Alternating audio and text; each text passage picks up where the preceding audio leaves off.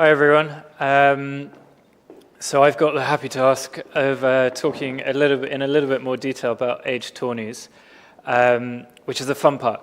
I know this is called School of Port, but for this part, I'd rather it didn't feel like we were all at school, and it was more interactive. Because the more you guys give and ask questions, the better it is for you guys, and the more we'll all learn and go along. Like, I don't have all the answers.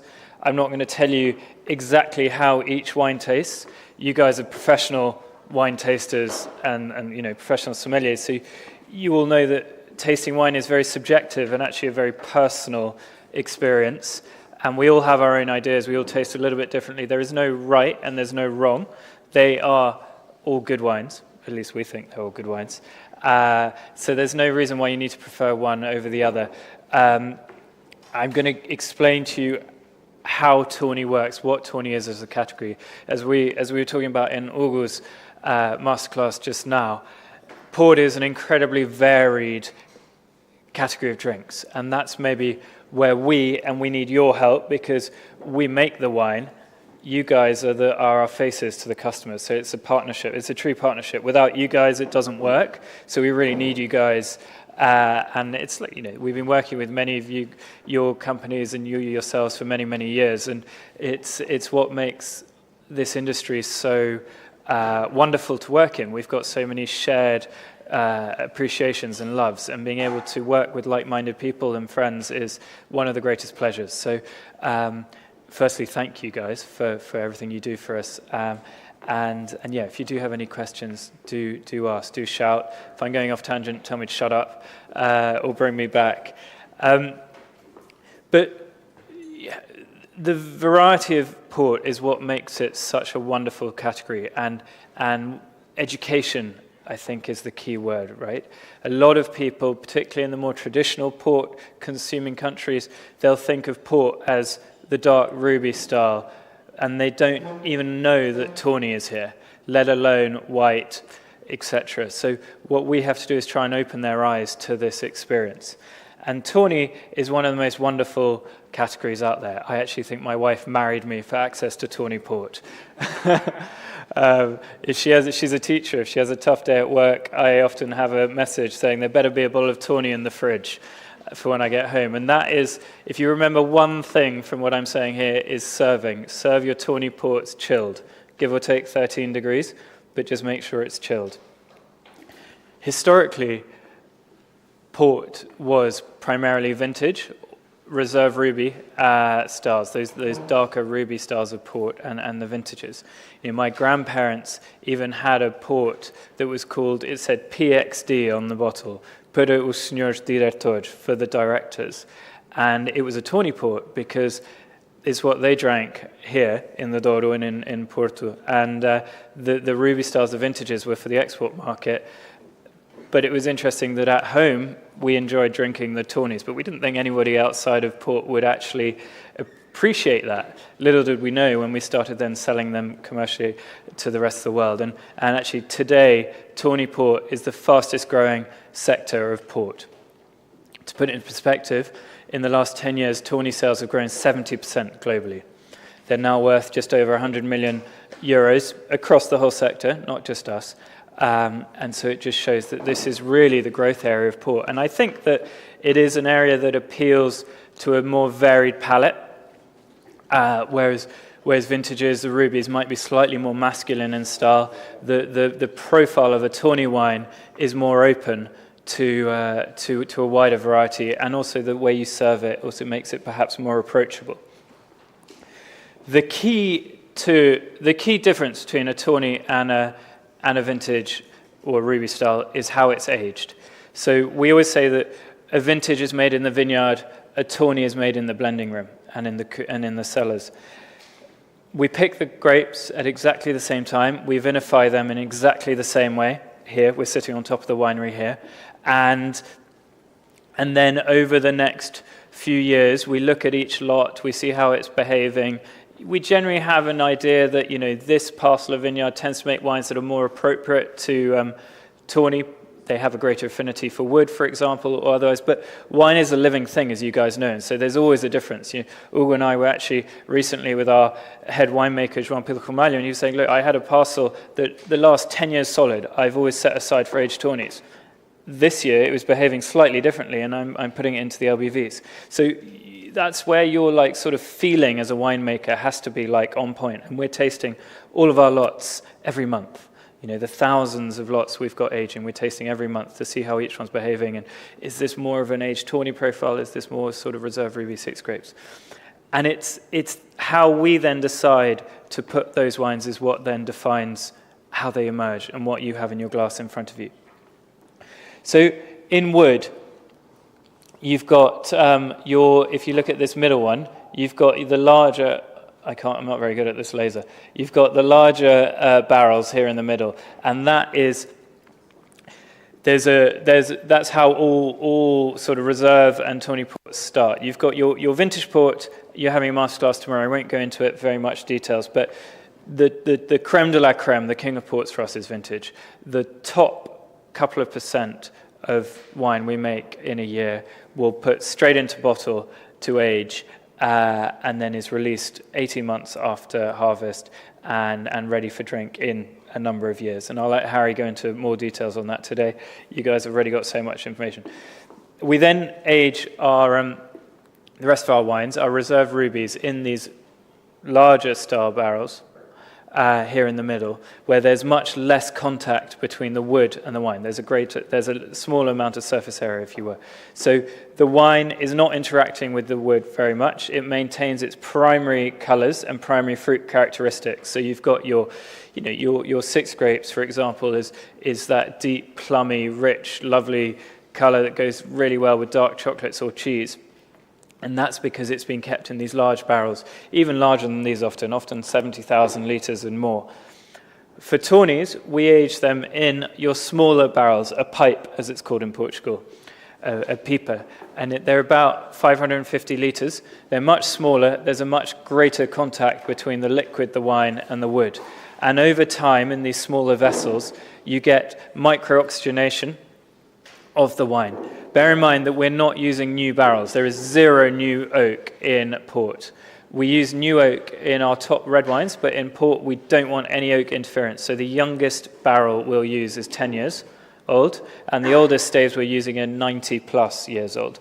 We're the last port house with our own cooperage, which is really important when you've got 55,000 plus barrels to look after them, maintain them, and we're always sort of having to repair barrels because we don't want that new oak interaction. So you've got micro-oxygenation, and slowly over time, the color fades and gains these lovely tawny hues. We're not that imaginative in the port world. It's ruby because it's ruby-colored, or it's tawny because it's tawny-colored.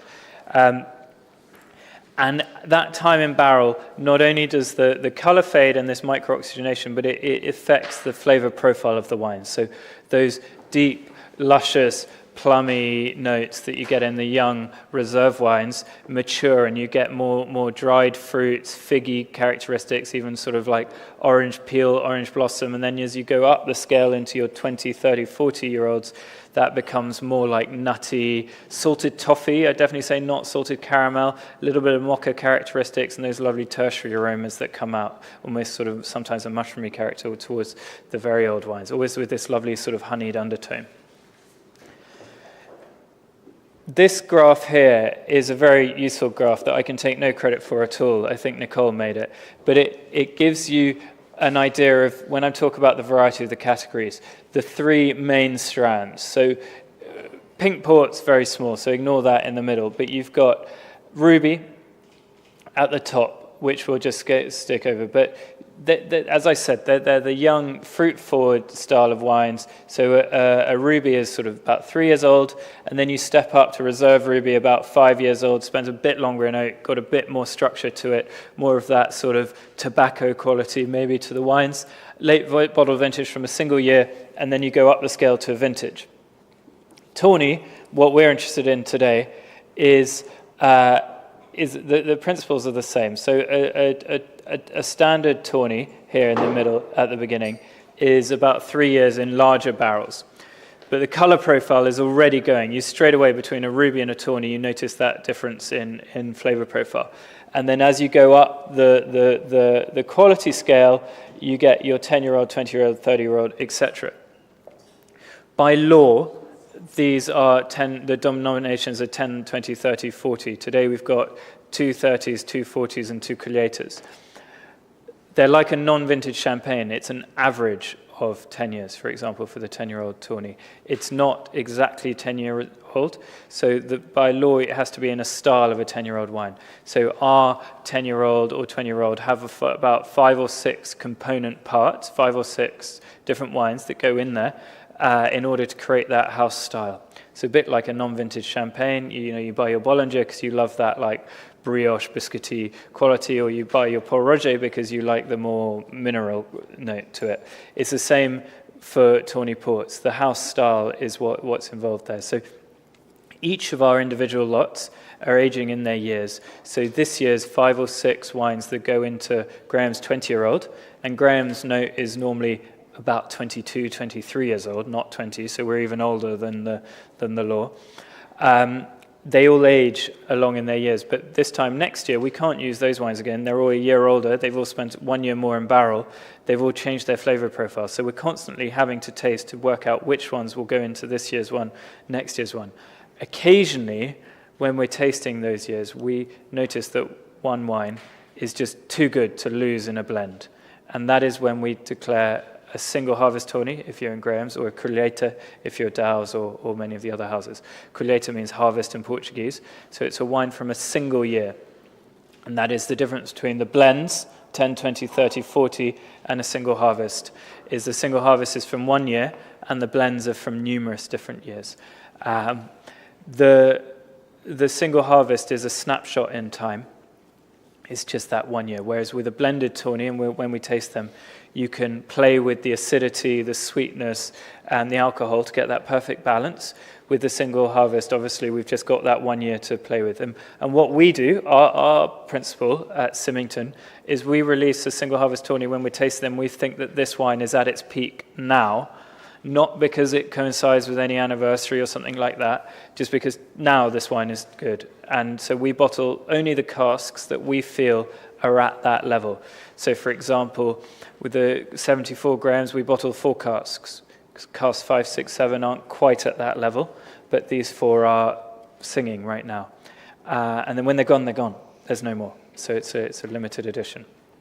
Whereas with the aged blends, we will produce them year in, year out. Yes? If you allow, Anthony, there is more or less a period of time that you know that this wine could become a single harvest, or it's just the moment that you taste? Perhaps. As you're tasting it, you follow the evolution of every wine. So the question was, is the single harvest only right now, or can you tell that it's getting there? Wine's a living thing, right? And we can follow the evolution of a wine. So you think this wine's got a lot of promise, but maybe needs a little bit more time, or a lot more time. You'll have an indication, but a bit like your own children. Sometimes you think they're going one direction, then suddenly they run the other way. So you have an idea normally, and with experience you can use that to guide you. But it will only be at this moment that you know it's totally ready. You can't say, this will be definitely ready in 103 days. So when we are inside of the winery and the wines are already done, it's not so scientific, it's a little bit more about... Yeah, there's a reason. I don't think winemakers or blenders will be replaced by ChatGPT anytime soon. My job might be, but their job is much more... Yeah, it's much more human. It's about your senses, exactly. So just a couple of graphs to explain to you how the evolution of Tawny versus vintage works, and then we get on to the fun part of the actual tasting. So over years, this is how the pigmentation in the wine. We were talking just now about old vintage ports, like 1977. And what happens with a vintage is that it holds its color at the beginning because it's bottled and it's held in bottles. So there's no interaction with wood. So it holds its color much stronger at the start. And then after about 10, 15 years, this starts to dip much quicker. And then eventually it does at about the 30-year mark. actually overtake a Tawny. Whereas a Tawny straight away at 10 years old has already lost a huge amount of that initial colour because of that vessel, the wood. And then actually over time, although it does get slightly lighter, it doesn't get noticeably lighter. It stays at a certain level. So Tawny will stay at about 0.2% of pigmentation. This is the same graph, but the other way around. What is really interesting about Tawny, and when we taste the Colheita's, you'll understand that, and the 40-year-old, is that intensity in the wine. And that intensity is often due to the angel share. So we, in the port industry, particularly with the sweetness in our wines and the high alcohol, are very subjective to evaporation, the angel share. And the angels, for us, are very thirsty. They, when you get to a 10-year-old Tawny, for example, you've lost 20% of the original liquid that you started with. By the time you get to 40 years, you've lost 50% of what you started with, which shows why many port companies are family-owned, because multinationals are not this stupid. They need a return quickly, and they see like half of your stock that you start with just goes away. That's what we live with, but we think that that's what makes these wines really special and really intense.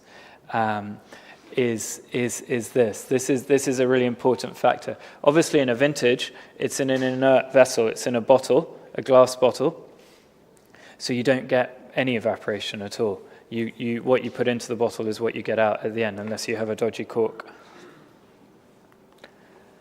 This is showing slightly the other way around, but you can see that although you have very high evaporation the first 20 years, it does then slow down.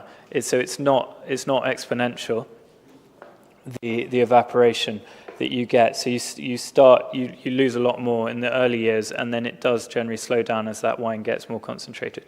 So we do have to top up. Particularly in Graham's, we rack, which means we filter the wines. We empty the barrels every year or two, and then top them up. So that there's obviously you're not having like half full barrels as you go along. So you're always trying to have a full barrel in order to taste.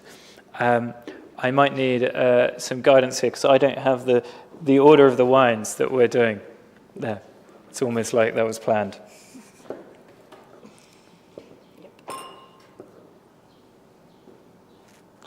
And are there two more coming? Yeah. Great, so I'll wait, I'll carry on talking. So this is the technical part about how one makes Tawny, right?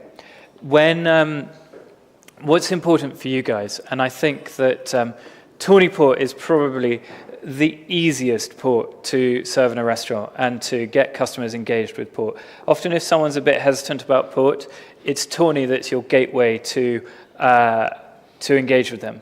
I think we're incredibly lucky that we make a drink that 90+% of people love. They just don't all know that yet. And the amount of times I've done tastings around the world, and normally a middle-aged lady goes, "Oh no, I'm not really sure about port, I don't really like it." So taste it. If you don't like it, you're free to pour the glass over my head. They always look at me a bit strange. And then they taste it, and then they love it, and they normally get their friends around to come and drink it, because it is, yes, of course, there are going to be the odd person who doesn't like it, but we can forget about them. There are bad people everywhere in the world. No, I'm joking. But we're very lucky that the style of this wine does tend to appeal to multiple palates, right? And in a restaurant scene, what's great about Tawny, we were talking about experience. One of you guys in the groups mentioned it. So think about one's experience when your memories of something, particularly of this trip, for example, like our lasting memories are the highlights in those points. You guys all work in some of the world's top restaurants. So people are really excited to go there, often for their special anniversary, whatever it is. The way they're met in the restaurant, maybe given that sort of aperitif or something, that's their first impression of the restaurant when they go in there. And then you've got everything in the middle, which is really important, but there's so much going on. And then it's the ending, and if it's just like coffee bill out, it's like my last moment was paying, It's not the nicest finishing experience, right? So if we can alter that a little bit, and their memory, the like bookends, the beginning and the end, are those really fantastic moments. It makes everything else special. So just by the simple act of offering, I will say port, but any dessert wine, to extend that moment of enjoyment, that special occasion those people have got in your establishment, and they're having a lovely time, and they're going to enjoy it. It's often, as you were mentioning earlier, an older wine that you probably can't get from another category. Like, how many other wine regions can serve a wine that's 40 years old that might coincide with the 40th anniversary or something at the price that it's available is phenomenal. Not only that, but as the less attractive side that maybe we wouldn't communicate to the consumer is 4 glasses of port on a bill at the end. That's helping hit your budgets at the end of the month, isn't it? That's like it's significant. The guy serving the table, that's nice. That's extra tip in his pocket that he's going home with. So there's simple little things that ultimately, like, we all love our jobs, right? But we all need to be paid to go home and pay our bills. So if you're helping to do that with a simple act of just a couple of extra glasses at the end of a meal, why not? It's an easy thing. Even better if they're going to love it and it's going to make their evening better, and then they're going to come back or recommend their friends. You can see all my presentations. I don't know how that happened. So in terms of pairings, you guys did your masterclass, your workshops yesterday, but the basics are with Tawnies is seek similarities. The acidity in a Tawny port is key to balancing with sweet dishes. And the sweetness can often overrides the sweetness of the dish. Whereas, with a red wine, the tannin will straight away clash with the sweetness. With a Tawny, it works beautifully. And you can go complex, but you can also go incredibly simple. My Uncle Charles, who's our head winemaker, he just loves Tawny port with a ball of vanilla ice cream. Chocolates, excellent. And then everything like apple pie, creme brulee, creme queimada, as we had before, they all, up at lunch, they all work really, really well. And they're actually delicious. A slight tangent, because somebody was talking about with foie gras, Tawny does work very well with foie gras. Vintage obviously would not work with foie gras. 6 grapes or vintage styles do work really well with Asian dishes, like Peking duck, for example. I've had some really good Peking duck and those rich sort of plum sauces with a 6 grapes, and it almost makes the 6 grapes taste vinous, taste more like wine, because the sweetness in the dish takes off the sweetness in the port, and you almost feel like you're just having a bold red wine. So you look at apple tarts. Apple tarts are a classic. I personally have not tasted the oyster one, but I'd be interested in doing that. If you guys are the experts, if you think it is, and as we said, the fatty or the salty dishes also do work. But ultimately, whilst those main course dishes can work with ports, and we should explore that, and it's good for creating interest, I believe like we're lucky. We own the after dinner moment, and that is where we excel, and we should be true to our strengths. Of course, explore other things, and we're doing a lot in the mixology and the aperitif. But in terms of Tawny style, that after dinner moment is the king, and that's where we can really excel, and where we really should try to excel. So I'll stop boring you in terms of the details, and we'll use the wines to guide the rest of our conversation. Please do get involved. What we thought was interesting here was to taste the different styles of the different houses, and then also slightly 2 different ages. So we're very lucky having multiple houses that we're able to do horizontals as well as verticals. I always think horizontals are really interesting because it gives you an indication of the house style, the terroir of each region. So I would actually start with the middle 2 wines. The second 2 wines. Push the colliators to the top of your page and just look at the Dow and the Graham 30-year-old. So Dow's was the first, here at Bonfim, where we are, in the homeland of Dow's, was the first house that my great-great-grandfather became involved in. And what is really nice of us as Symingtons, we don't have a Symington port. We are custodians of houses that have even more history than us. And you know, they've become part of us and our family, but we don't have a Symington port for a very good reason, is these houses had their own personal style before we came along, and that style is often based on the flagship, the homeland of each one. So Bonfim makes up the heart, the centerpiece of Dow's. Malvich, where you guys stayed last night, makes up the centerpiece of Graham's. And we're very careful to protect those house styles. So have a taste of the two. You've got Dow's 30-year-old and Graham's 30-year-old in your two glasses. If you look at the colours, they are similar, but particularly if you hold it against the pages, there are perceptible differences, and definitely on the nose, you'll get quite considerable differences. As I said before, I'm not going to tell you exactly what you should taste. You guys can tell me, but I'll give you an indication. So Graham's is house style is sort of opulent richness. Graham's is the port house that would come and give you a hug. It's everything all right, Adam? Yeah, it's just there's a computer, so it's wine number 3 and 4. Wine numbers 3 and 4. So not 1 and 2. 3 and 4 first. So wines 3 and 4. So wine 3 is Dow's 30-year-old. Wine 4 is Graham's 30-year-old. So these are blend to get an average age of 30 years old from 8 or 9 different wines.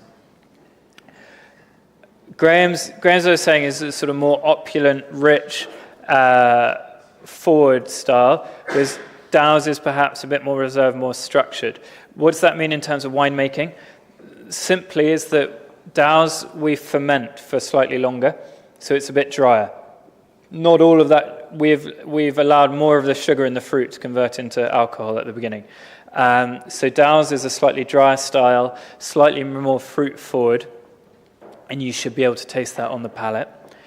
And also, a big difference is how we age it. You know how I said how the key to Tawny port is how it's treated in the cellars. So Dow's we age partly in balseiros, partly in pipes. So a pipe is about 550 litres. A balseiro is between 5,000 and 10,000 litres. So you should get on the Dow a lot more sort of mocha, coffee characteristics than you do on the Graham, which would be more sort of pure Tawny. Graham's is exclusively aged in pipes, and we rack it more often, so there's a bit more clarity in there. So you should have slightly drier on the Dow and more fruitful characteristics and more of that opulence, more of that richness, slightly sweeter on the Graham. If you disagree, say.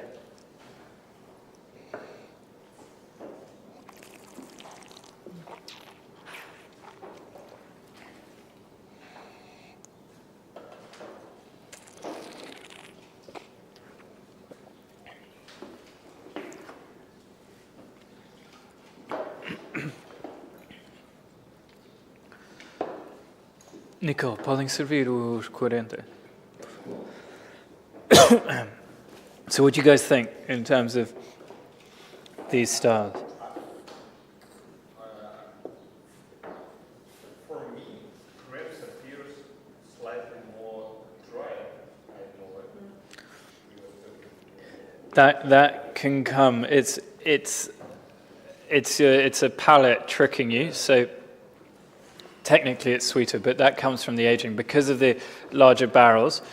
And then the smaller barrels, you've got more intensity from that, and slightly more oxidation in the Grahams, whereas Dow's has slightly less of that from the larger barrels.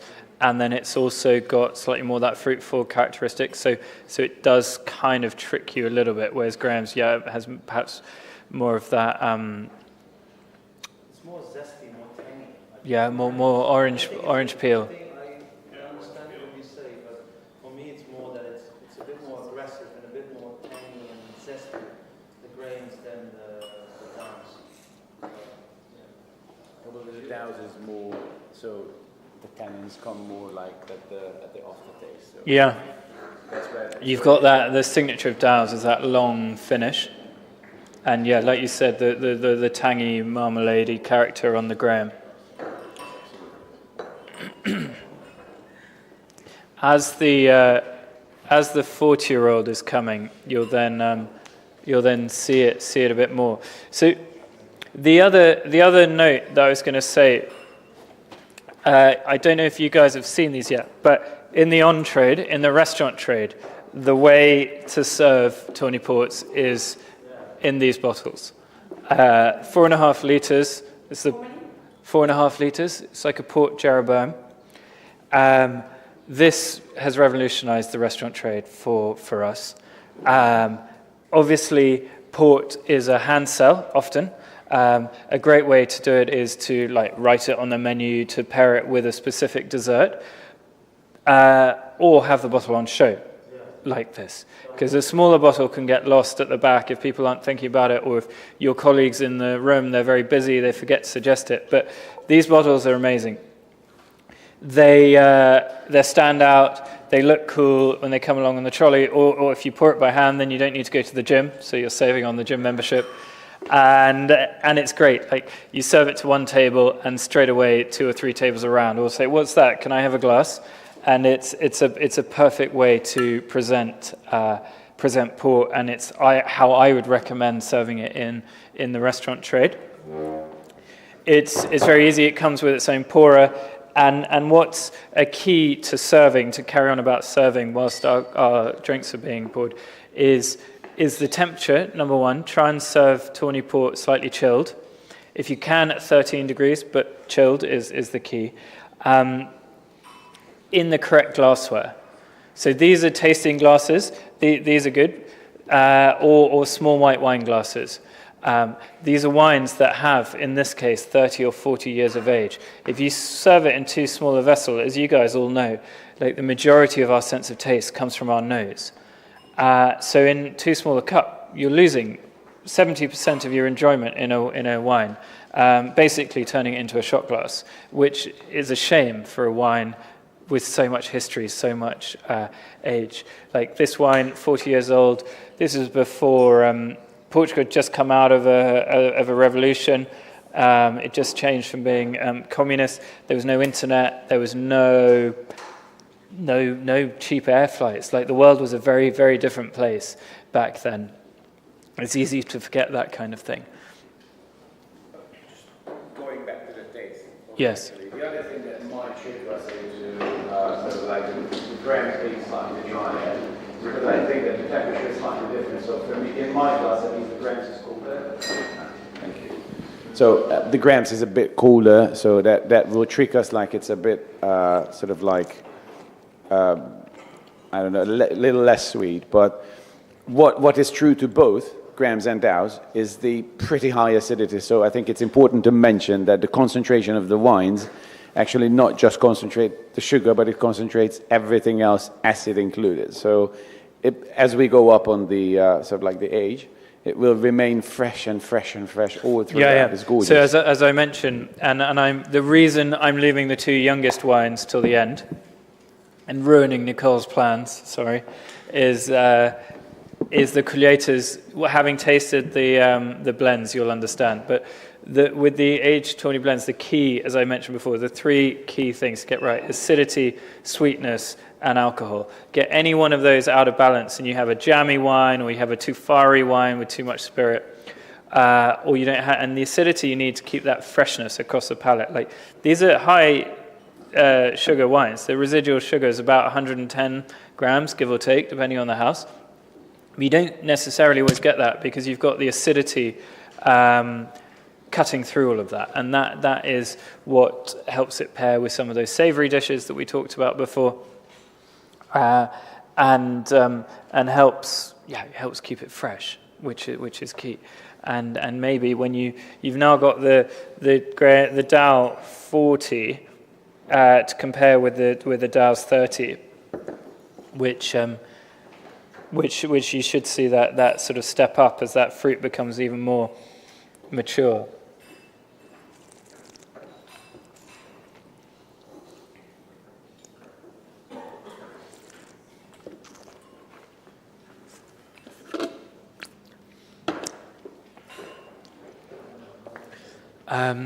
So we were talking about serving before I lost my train of thought. So if you can, large format bottle, keep it chilled. And the key is in the restaurant trade where wastage is a massive thing. We're all operating on tiny margins, etc. Once you pop the cork on a tawny port, you have at least a month to get through the bottle. Because it's been slowly oxidizing in barrel, it's not a spirit. You can't pull the cork and it'll last for a year, but you've got 4 to 6 weeks to get through the bottle because it's already been exposed to air. Particularly the older you go, the older it can go, the longer it can go. So you don't need to worry about, God, I got to sell this in 3 days. You can have it for a month as a special for that month, for example.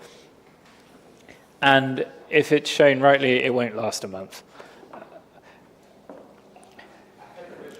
Yes.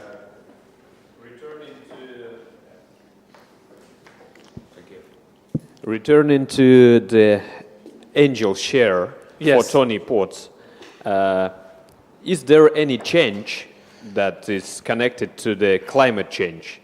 So is there more angel share because the climate became more warmer, or is it doesn't matter at all? No, because I don't know if you've been told this yet or not, but when we make the wine, we make it here.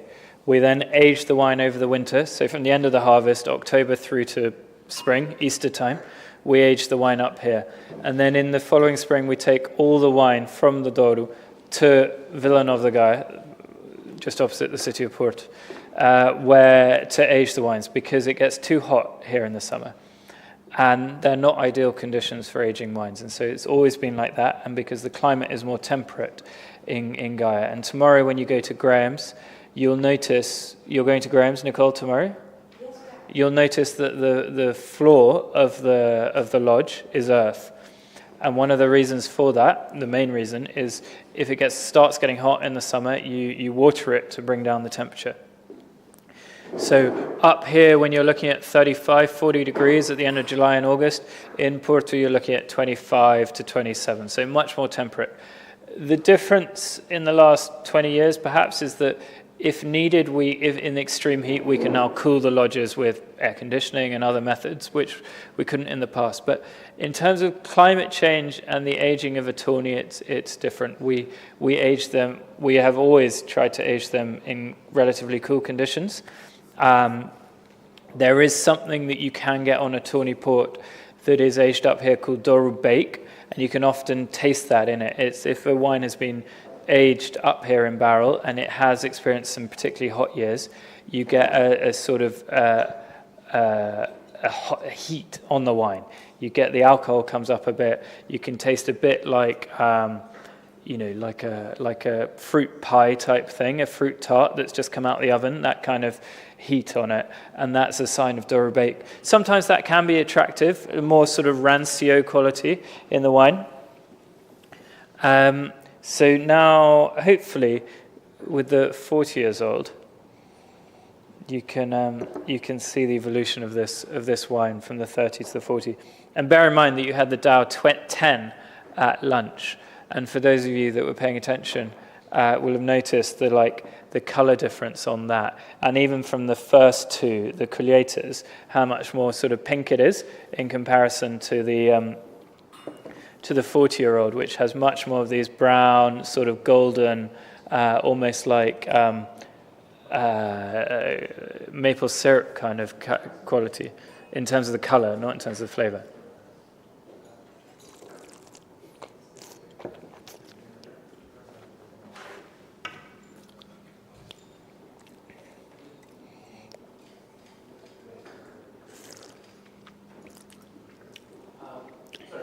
Yes. So I was under the impression that when we compare, say, the Dow's 30 to the Dow's 40, the 40 would be slightly less pigmented. I feel like the 40-year-old is darker than the 30-year-old. The Dow.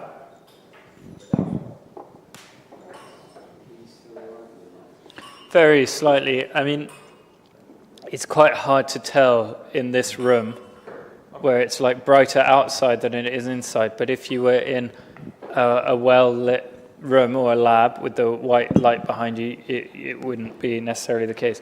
I think if you shine your phone light on it, it should actually perhaps be that the 30 will be fractionally pinker. But as you see, in terms of the difference in the evolution of the wine, it slows down so much between 30 and 40 that actually, in terms of appearance, it's much closer. The thing is, in Latin,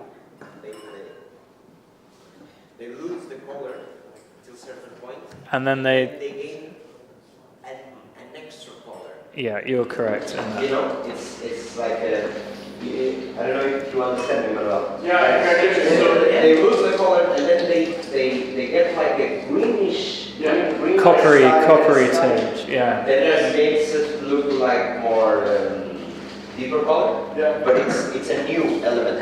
Yeah, so the 30 is at its lowest of red, And while then the 40 is peaking the brown. the brown. So it goes from the tawny more to the browny coppery. Thank you. Yeah, exactly. And beyond 50, it's basically negligible. So the color will be from 50 to Sometimes they become more intense in the creators as well, because the wine has evaporated to such an extent that it becomes much more intense on the wine. They're much more sort of fulsome wines in a way. Whilst you would talk about definitely pairing the 10, 20, 30, the 40 you can already tell is maybe like a meditational wine in a way to enjoy over a bit longer time with your friends rather than drink multiple glasses of. There's a famous cigar sommelier in London called Neil Millington who wrote a book about cigar pairings, and he said that everybody always talks about cognac and whiskey with cigars, but actually for him, Tawny Port is the perfect pairing for a cigar because it's got that sweetness that can balance some of that acrid notes in the cigar. And it's sort of the profile of a Tawny Port can balance the cigar and allow you to enjoy it for a bit longer, whereas the spirit can be a bit sharper, the cognac or the whiskey a bit stronger. Let alone you can have multiple glasses of port whilst you have your cigar, whereas you can't necessarily drink that many of whiskey, depending on how bold you are. Yes? I might have missed it, but it feels like you skipped over a slide briefly after this slide. You said something about the It's a different way of showing this metric. So depending on the way your brain works, which one makes more sense to you. So personally, I like seeing it like this way because you see the clear progression upwards. The opposite, rather than a loss of volume per decade. So you can see, between 10 and 20 years, you've lost about 6%, but between 30 and 40, you only lose about 3% of volume, which then answers your question about the color profile. Going to the last two, and sorry, Nicole, for ruining your, just keeping everyone awake. The collators, right? So you've got two collators. These are not to compare the two wines alongside each other. Obviously, they're 11 years apart. But it's just to taste and appreciate what a single harvest tawny or a collator is. So as I said before, it's a wine from a single year. So they showcase much more the hallmarks of that individual year, albeit having spent a lot of time in oak. So they do that. But as I said briefly, when we're choosing the lots to go into our blended tawnies, when we come across a wine that we think is amazing right now, we'll bottle a limited quantity of it as a single harvest tawny if it's Graham's, or a collator if it's Dow's. And those are snapshots on an individual year. They're not going to carry on improving, so they're not going to go off, but they're not going to get better, for example. So keep them in your... You can keep them for a few years, but I would serve them as and when you can. And they're really interesting wines. So they tend to be a lot more concentrated and perhaps structured. You got more of a molasses quality in a single harvest Tawny than you do in the aged ones, because as Adam was talking about with that acidity, you can't play with that from different wines to get a balance of acidity. You've just got what you've got from that year. So perhaps starting with the Dow, because it's on the page first.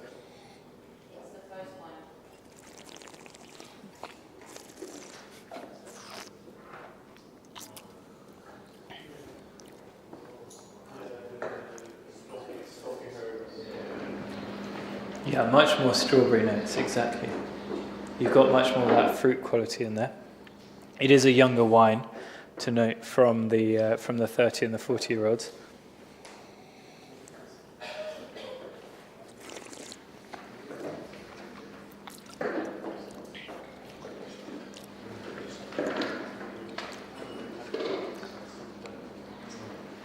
And interestingly, although they're only 1 year apart. Although the Graham's is a year younger, I personally get a little bit less of that fruit note in it.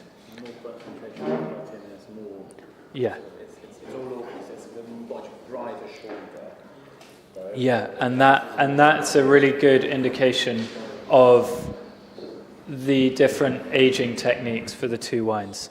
So with the Dows, where you've got a mix of the smaller and the larger barrels, in the Graham's it's only the smaller barrels. So as a result of spending a bit more time in the larger barrels, Dows maintain some of those primary fruit characteristics.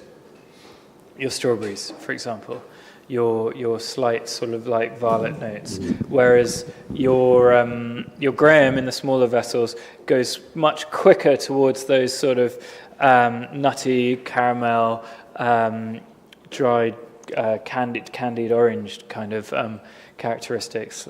Very slim, it's slight tinge of marmalade on the Grahams. Obviously not nearly as strong as on the 30 or the 40, but you can see how this wine is on that path, right? Yeah.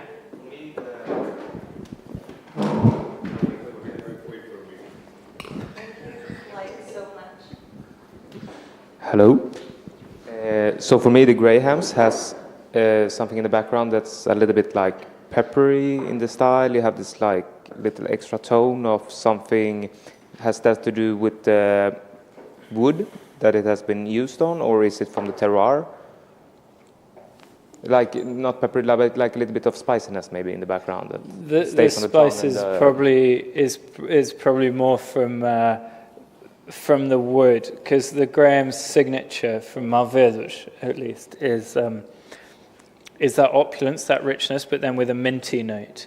And actually, it's typically Dows that has a slightly more spice in it. But when you're involving the wood, that can then turn that around a bit from the vintages to the Tawnies. Because we noticed, I think almost all of us, when we have tried the Grahams from Malvados, that it has this little type of herbal minty note, exactly. What did you say? Eucalyptus. So that's the hallmark. That's the hallmark of Graham.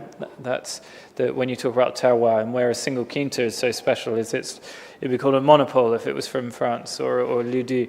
It's very much expressive of that terroir. Tawny is less expressive of the terroir because, for example, Graham's has 4 main quintas. And so this will be a blend from the 4 quintas, plus it's then spent time in wood. So you're moving away from the terroir more into the cellar with the Tawny. Wonderful.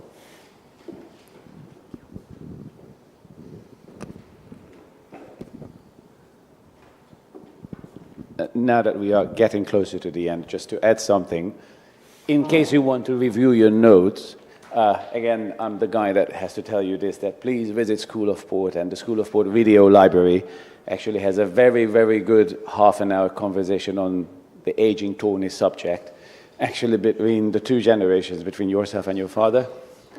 No, I'm not in it. I wasn't invited. Are you not? No. You know why you were not? I wasn't here. No, you weren't. It was a day that Dom, you had this conversation with the aging of Tawnies. We did have that. It was one of the first videos. I think that was on an Instagram Live. It was on Instagram, but you can also find it on YouTube and on our website. Oh, God. So it's Never a do half an anything hour on conversation camera. on the aging of Tawnies. So it is there. Trust me. I can send you the link if you're not certain, and you're welcome to actually visit that and just listen to this part. Can I just ask, from a show of hands, like a rough poll, who prefers 30 over 40 in terms of the age profile of the wines? And then secondly, who preferred the Dow or the Graham house style? So who prefers 30 over 40? No, you've all got expensive tastes. 2, 3, 2.5. And then, so the rest of you, 40? 30. If I have to pair it, it's going to give me more flexibility. Yeah, more versatile. I would agree. On the 30-year-old is more versatile. Yeah. And actually 20-year-old is even more versatile. I think 20-year-old is the sweet spot between the youthfulness and the maturity. And then Graham or Dow? Dow. One for Dow's. Sorry, so I'm joking. I was going too quickly for you guys. Graham's? Dow's. So Dow's 40-year-old, I read by that, is the favorite wine in the room. Well, it's lucky you're having dinner at Dow's, so they're not going to kick you out. But yeah, well, thank you very much for having me and for listening to me. I hope you found it useful. It's what Nicole's done planning this whole week, I think, is phenomenal, genuinely. When we first started talking about the concept of School of Port in 2019 and then COVID came, I never thought this would ever materialize in this way. So hats off to Nicole, and thank you guys for being part of it, and for everything you do for us in the markets, talking to customers. I hope you guys love port as much as I do. We're very lucky we make alcohol, right? Alcohol's there to be enjoyed with friends, family, create memories. We're not rocket scientists.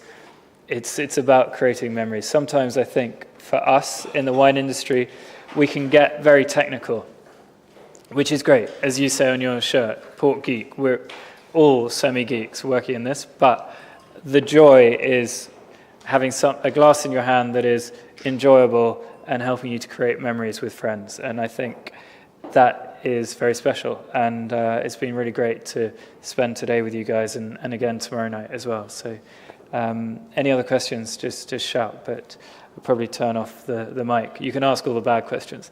Thank you. Do you want to say anything? Thank you.